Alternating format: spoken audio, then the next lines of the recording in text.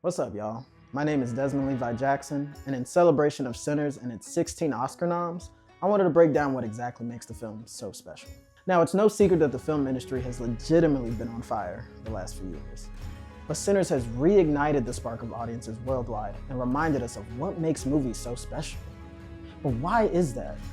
Why is Sinners so great? Is the execution, the originality, or simply that we feel connected to these characters? I'm gonna dive in and explain why Sinners adroitly fuses culture, emotion, and spirit through Coogler's top-notch execution, which make it a cinematic masterpiece. Each major character in Sinners could be boiled down to a representation of the 7 deadly sins. But Coogler ensures they each have a backstory, a purpose, evolving them beyond cliches and allowing us to actually feel for them. Stack represents pride, arrogance. We come to feel for him because he desires Mary, a woman he can't be with due to her being white passing in the Jim Crow South. Smoke? Smoke is just greedy.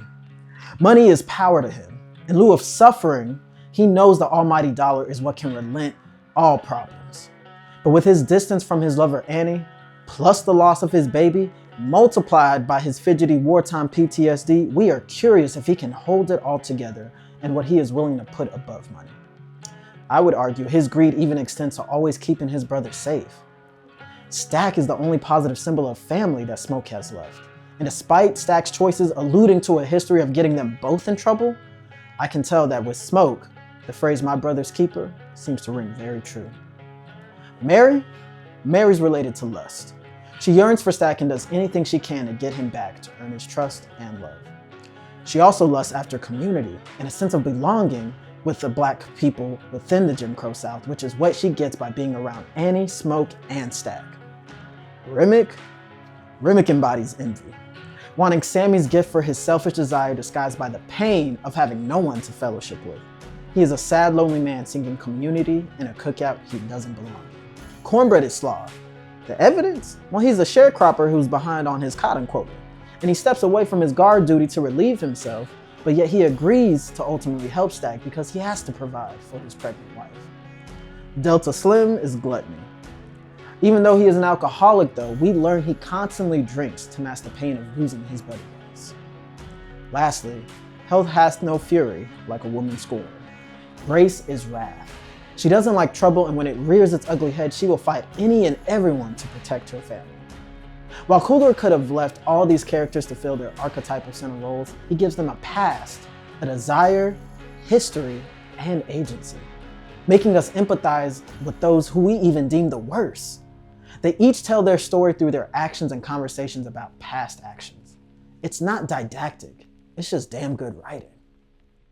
The Juke Joint crew, despite their sinning ways, still go out of their way to protect Sammy at every point in the story. With Delta Slim, he says, "Sammy, you don't worry about a thing here. Devil done came for me plenty of times. If he come knocking tonight, he gonna have to go through his old friend Delta Slim before he get to you. That go for everybody in here." And Mary, I tell you, it didn't matter as long as you love it, but that'll be horseshit advice. Smoke, Smoke. Trying to keep you alive, boy. You ain't the question me. and Pearline. Pearline! Now, as for Annie and Preacher Boy, they may not be sinners, but they both suffer because of the decisions of the 7 deadly sinners and are absolved of their sins because of their choice to stay true to themselves. Annie's deep knowledge of Haint and Hoodoo is what protects the joint crew. She knows Smoke's blood money isn't right for her, and in the end she gets what she wants, which is to be reunited with her baby and Smoke, albeit in death. She actively refuses to turn into something she is not. Now, Preacher Boy's decision to remain true to his desire of playing music and sharing his story through the blues is his salvation. Lastly, with these humanizing characterizations, Coogler does something few modern films have the tact to do. He humanizes poor working-class black people in the South.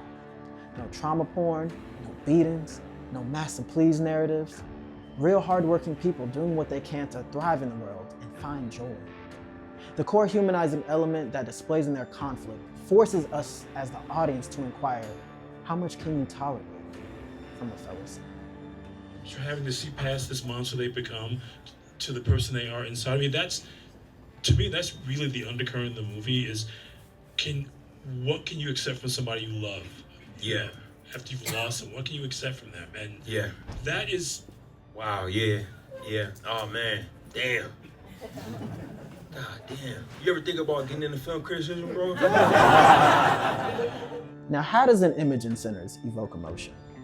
Is it the lighting, the framing, the blocking? My answer is all of the above. Autumn Durald Archipald, the Sinners cinematographer, used Panavision Ultra Panatar 1.3 times squeeze anamorphics, a brace of Panavision IMAX optics in 50mm and 80mm focal lengths, and a bespoke Panavision 80mm IMAX Petzval lens for the shoot, which gives the entire film a spiral bokeh lens effect. Autumn likes to underexpose film stock, so it has more of a dense shadow in each frame, and she also used the lenses of the Ultra Panatars and the Panavision IMAX, which both have a softness and a nice fall off around the edge. She says the IMAX frame is unique because your eye has to scan across the entire image, whereas traditional formats let you take in the whole frame without moving your eyes as much. Now additionally, she shot predominantly with Kodak Vision 3 500T color negative film 5219 stock, and a batch of large format Kodak Ektachrome 100D color reversal film 5294 film stock manufactured by Kodak specially for the production. Okay. Let's stop. The technical specs are making my brain spin. There has to be a way of simply understanding of how Autumn creates emotional images. In Wakanda Forever, we see Autumn employ heavier shadows and softer lenses, which at times brought out a more of a dreamy, mournful feeling. And also we see big close-ups of actors with a shallow depth of field that isolated characters within the frame, which allow us to accentuate their emotions. All of this visual lingo is very true for Sinners, but a term that I think is missing from Autumn's interviews about her filmic style is haptic touch. When characters on screen touch something, it evokes a visceral reaction. Like Stories of Old describes it best when saying, movies feel more real and more immersive when they establish a direct connection to the senses of the spectator. Haptic perception is usually defined by psychologists as the combination of tactile, kinesthetic, and proprioceptive functions, Marx writes. The way we experience touch both on the surface of and inside our bodies. In haptic visuality, the eyes themselves function like organs of touch. In Sinners, we see extreme close-ups, the sweat on Delta Slim's face, Sammy picking cotton, people's feet on the soil, the chain gang pickaxing dirt, Annie frying catfish, the deep focus of the sunset, Lisa Chain walking across the street from the black store to the white store. In these moments, the audience feel for the characters because we see them interact with their environment. We are living in their shoes, and we can feel what they're going through.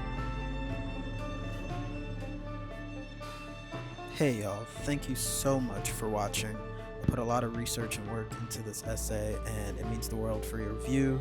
Please like, comment, subscribe, let me know what you think. Was there anything I missed? And I'll catch you for the next part.